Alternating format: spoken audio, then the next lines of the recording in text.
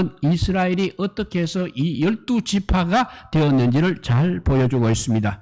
물론 여기서 막내 아들 벤야민의 출생은 빠져 있습니다만 그 외에 11명의 출생에 대한 이야기가 이곳에 잘 소개되어 있습니다. 오늘 우리가 읽은 말씀은 이스라엘의 기원을 알려주는 아주 중요한 본문입니다. 이 12지파는 구약의 교회라고 할 수 있습니다. 따라서 신약교회의 그림자라고도 할 수 있는 것입니다. 예수님께서 괜히 12제자를 사도로 세운 것이 아니라는 것입니다. 예수님께서도 역시 의도적으로 12제자를 통하여 구약의 12지파를 이어가도록 하신 것입니다. 하나님께서 아브라함을 불렀을 때 오직 사라의 몸에서 난 자 이삭만이 약속의 후예라고 말씀하셨습니다. 이삭은 리브가를 통해서 쌍둥이를 갖게 되었습니다만 하나님은 에서를 미워하셨고 야곱을 사랑하셨습니다. 결국 야곱만이 약속의 후예가 되었습니다. 만약 이런 식으로 계속 한 사람만 선택이 되었다면 많은 자손을 주겠다는 하나님의 약속은 결코 성취될 수 없었을 것입니다. 그러나 이제 야곱에 이르게 되면 하나님께서는 이전의 방식을 더 이상 사용하지 않았습니다. 예를 들어 아브라함의 경우 여종의 아들 이스마엘은 약속의 후손이 되지 못했지만 레아의 여종 실바 그리고 라헬의 여종 빌라의 아들들은 모두 야곱의 후손이 되었습니다. 오늘 말씀을 통하여 하나님께서 이스라엘 12지파를 어떻게 이루셨는지를 살펴보면서 오늘 우리 교회에 주시는 하나님의 말씀을 생각해 보고자 합니다. 오늘 우리가 읽은 그 말씀은 무엇인가? 우리의 상과는 좀 거리가 먼 것 같은 느낌이 듭니다. 본문에 나오는 여인들은 그야말로 아들을 하나라도 더 확보하기 위해서 격렬한 전쟁을 하고 있습니다. 이런 일들은 과거 우리나라에도 아주 보편화된 현상이었습니다.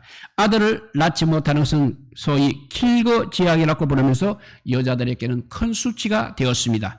여자가 존재하는 가장 중요한 일 중에 하나는 이렇게 아들을 생산하는 것이었습니다. 이 일을 하지 못하는 여자는 무능하고 가치 없는 여자로 간주했던 것입니다. 오늘날은 그렇지 않는 것입니다. 독신으로 살면서도 자기의 직업을 가지고 당차게 일하는 여자는 오히려 유능한 여자로 간주되고 있습니다.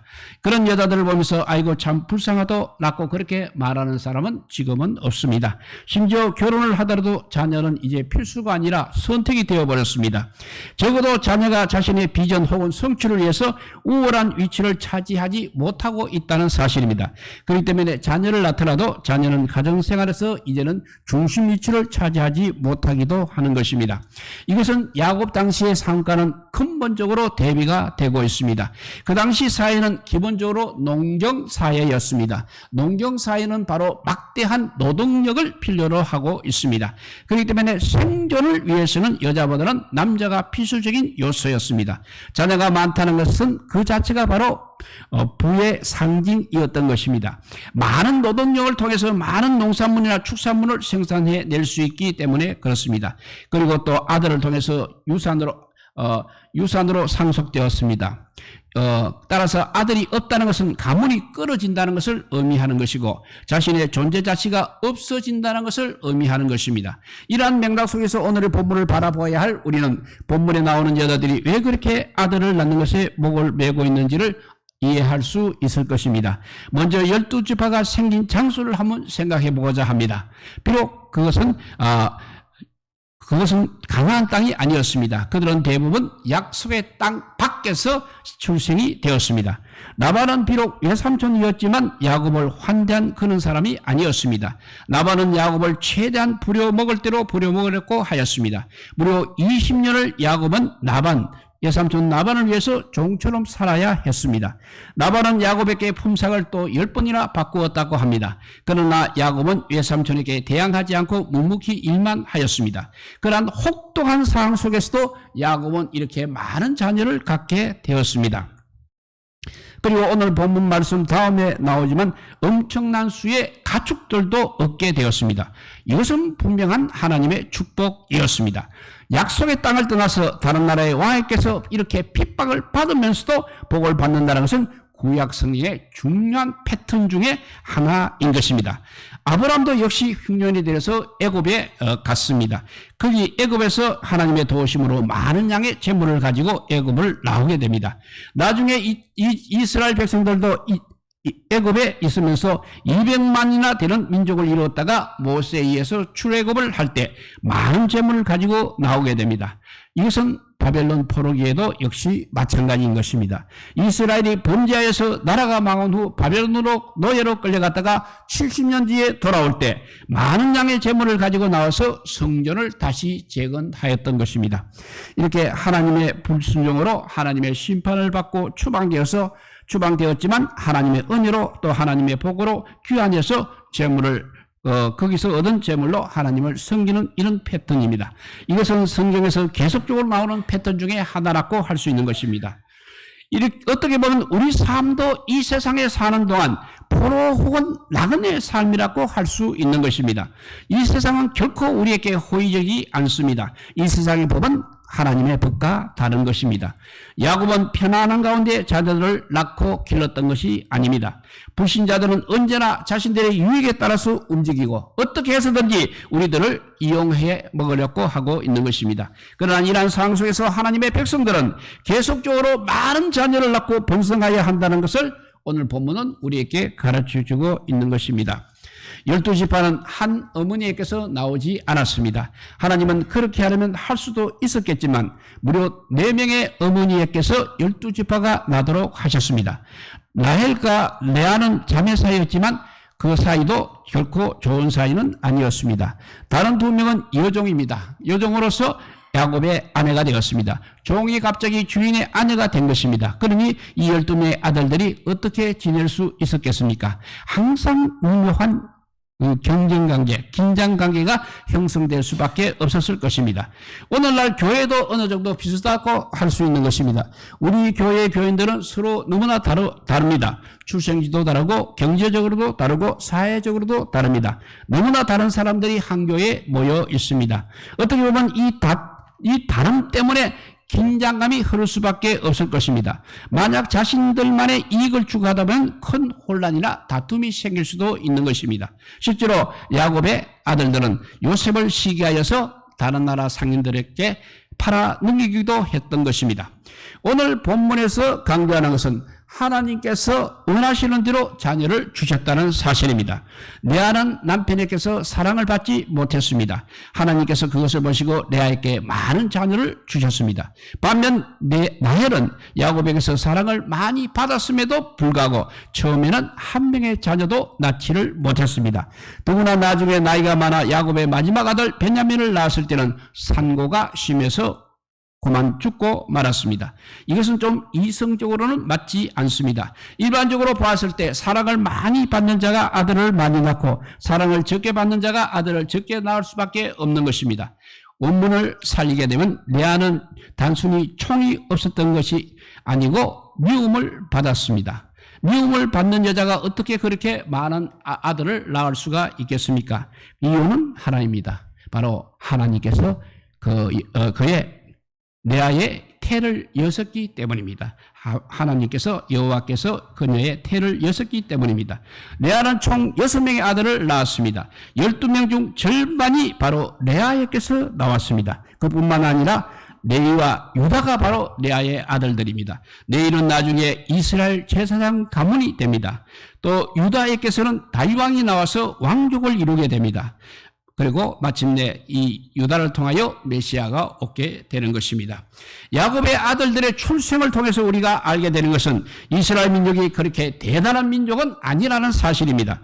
오늘날 이스라엘 민족이 자신들의 혈통을 자랑하고 있습니다. 그렇지만 그들의 내망을 자세히 살펴보게 된다면 그렇게 자랑할 만한 것도 아닌 것입니다. 하나님께서 이렇게 하신 것은 그들로 하여금 육체로 자랑하지 못하게 하기 위해서인 것입니다. 아브라함이나 이삭의 경우는 하나님의 선택이 절대적인 영향을 행사하였습니다. 하지만 야곱의 아들들의 경우는 여자들이 오히려 결정적인 영향을 행사하고 있습니다. 특히 라헬과 레아의 경쟁이 두드러지고 있습니다. 사실 나중에 북이스라엘과 남유다의 다툼이 이미 여기서부터 나타나고 있는 것입니다. 레아가 4명이나 되는 아들을 낳는 동안 라헬 자신은 한 명도 낳지 못하자 야곱에게 이렇게 말합니다. 나로 자식을 낳게 하라. 그렇지 않으면 내가 죽겠노라 했습니다. 라헬의 말은 자살하겠다는 말은 아니었습니다. 그만큼 힘든 상황을 그렇게 표현한 것입니다. 그러니까 나는 죽은 자와 다름이 없다는 말을 그렇게 표현한 것입니다. 아마도 라헬은 한 번, 두 번도 아니고 여러 번 이런 말을 하였을 것입니다. 야곱은 이런 라헬의 억지에 더 이상 참지 못하고 또 이렇게 말을 합니다. 그대를 성태치 못하게 하신 일은 하나님이시니 내가 하나님을 대신하겠느냐고 합니다. 어떻게 보면 야곱의 말은 맞는 말인 것입니다. 말만 보면 참 신앙이 좋은 말같이 보이기도 합니다. 그러나 똑같은 말이라도 상황에 따라서는 무책임한 말이 될 수도 있다는 것입니다. 적어도 야곱은 자신이 어떻게 태어났는지에 대해 잊어버린 사람처럼 말을 하고 있는 것입니다. 자기 아버지 이삭이 아들을 낳지 못했습니다. 그야말로 무려 20년 동안 하나님은 어머니 리브가에게 아들을 주지 않았습니다. 그러나 리브가도 이삭도 하나님께서 아들을 주시지 않은 것 때문에 다른 하늘을 생각하지는 않았습니다. 이삭은 그래서 리브가를 위해서 기도하였습니다. 그리고 하나님께서는 그 기도에 응답하셨습니다. 마침내 에서와 야곱을 얻은 것입니다. 야곱은 이것을 잘 알고 있었어야 할 것입니다. 그러나 무책임하게도 오히려 하나님을 탓하면서 자신의 아내를 위해 해야 할 일을 하지 않고 있었던 것입니다. 라헬 역시 시어머니 리브가의 애를 따라서 때를 기다려야 했던 것입니다. 그렇지 않고 자신의 힘으로 아이를 가지려고 하였습니다. 어쨌든 라헬의 시도는 그래도 성공을 했습니다. 그녀의 시녀 빌라를 통해서 단과 납다리를 낳았습니다. 레아도 이제 4명의 아들을 낳은 후 더 이상 아들을 낳지 못하게 되자 하녀 실바를 통해서 갓과 아셀을 낳았습니다. 라헬은 빌라를 통해서 아들을 얻었지만 자기 스스로도 이제 아들을 얻고 싶어 했습니다. 어느 날 레아의 장자 루벤이 화판채라는 식물을 들에서 얻어서 가져왔습니다. 이 식물이 어떤 식물인지 정확히 알 수는 없지만 임신에 그래도 효과가 있다고 알려진 식물인 것 같습니다. 루벤은 이것을 자기의 어머니를 위해서 가져왔습니다. 그런데 라헬이 이것을 가지고 싶어 했습니다. 혹시라도 이것을 통해서 아들을 얻을 수 있지 않을까 하는 생각이 들었을 것입니다. 그래서 잠자리와 합판제를 바꾸는 거래를 하게 됩니다.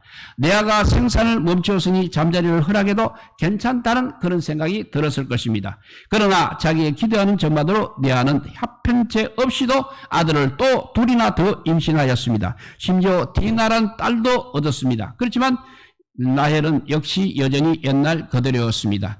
라헬은 계속 불행한 상태로 남아있었던 것입니다. 만약 하나님께서 그대로 계셨더라면 라헬은 끝까지 불쌍한 여자로 남아있었을 것입니다. 그러나 마지막에 하나님께서 라헬을 생각하셨습니다. 문자적인 의미는 생각이 아니라 기억하셨다는 말입니다. 라헬을 들으시고 이제 라헬의 태를 열어주셨습니다. 라헬이 언제부터 기도했는지는 자세히 적혀져 있지 않습니다. 그러나 분명한 것은 라헬이 여러 가지 인간적인 시도를 다 하고 나서 마지막에 하나님께 기도하였을 것입니다. 그래서 그래도 하나님께서는 그 기도를 들으셨다는 것입니다. 아들을 얻었습니다. 이름을 요셉이라고 하였습니다. 그 요셉의 뜻은 더함이라는 뜻입니다. 라헬은 요셉을 통해서 하나님께서 아들을 더 주실 것이라는 소망을 가졌다는 것을 알 수 있습니다. 이 모든 것을 통해서 라헬의 자녀들과 레아의 자녀들 모두가 하나님의 한 가족이 되게 하셨습니다. 그래서 야곱은 12지파의 아버지가 되었다는 것입니다. 이제 말씀을 정리합니다. 오늘 본문을 통하여 우리는 이스라엘 12지파들이 어떻게 형성되었는지를 보았습니다. 비록 인간적인 제약의 요소가 많이 들어가 있었습니다만 하나님께서는 그들 모두를 그래도 자신의 가족으로 받으셨습니다. 그러나 이것들은 또 이후에 분쟁과 갈등, 심지어 전쟁의 선뿌리가 되기도 했습니다. 이런 것들이 없이 진정으로 평화의 나라를 이룬다는 것은 불가능한 일입니다. 우리가 하나님의 나라의 백성이 된 것은 야곱의 아들과 같이 육신적인 혈통에 있지 않는 것입니다. 요한복음 1장 12절에는 영접하는 자, 곧 그 이름을 믿는 자들에게 하나님의 자녀가 되는 권세를 주셨다고 그렇게 말씀하고 있습니다. 어느 날 예수님께 제자들이 이렇게 말했습니다. 밖에 모친과 동생들이 당신께 말하려고 서 있습니다. 이렇게 제자들이 말하자 그때 예수님께서 손을 내밀어 제자들을 가리키면서 누구든지 하늘에 계신 내 아버지의 뜻대로 하는 자가 내 형제요 내 모친이라고 말씀하셨습니다. 이 모든 것을 통해서 알 수 있는 것은 하나님께서는 자신의 나라를 이루어짐에 있어서 항상 이렇게 주권적으로 행동하셨다는 것입니다. 우리들은 하나님의 자녀가 될 자격이 전혀 없는 사람들입니다만 예수 그리스도 안에서 하나님의 자녀가 되었습니다. 이것은 우리의 뜻이 아니고 우리 하나님의 주권적 선택인 것입니다. 이 선물은 또한 이루어져야 할 과정이기도 한 것입니다. 다른 출신, 다른 배경, 다른 환경 이 모든 것을 극복하고 하나로 연합하여 한 가족을 이루는 것이 우리 하나님의 뜻입니다. 우리의 죄악과 비참을 인정하고 하나님의 부르심을 생각하면서 하나님의 영화로움을 드러내는 성도들이 되시기를 우리 주님의 이름으로 축복드립니다. 기도하겠습니다. 사랑의 하나님 감사합니다. 세상에 수많은 사람들이 살고 있지만 주님의 자녀 삼아주신 것은 아버지 소수일 것입니다. 우리에게 이런 큰 복을 내려주셨던 것 그리고 예수 그리스도의 보혈로 인해서 우리가 제사함을 받았다는 것, 이 아버지의 사실을 미뤄볼 때 우리가 얼마나 황송한지 알 수가 없습니다. 정말 주님이 우리를 얼마나 사랑하셔서 나헬의 태를 열어주셨듯이 우리에게도 하나님의 자녀가 되는 권세를 주셨음을 감사합니다. 앞으로 이 아버지의 기쁨을 가지고 하나님을 찬양하며 우리 생명 다하는 날까지 믿음 아버지を지키며 살아가는 믿음의 자녀들이 다 되게 하여 주시기를 주여 간절히 빌고 오라올 때 우리 구주 예수 그리스도 이름으로 기도드리옵나이다. 아멘. 예, 찬송가 342장입니다. 너 시험을 당해.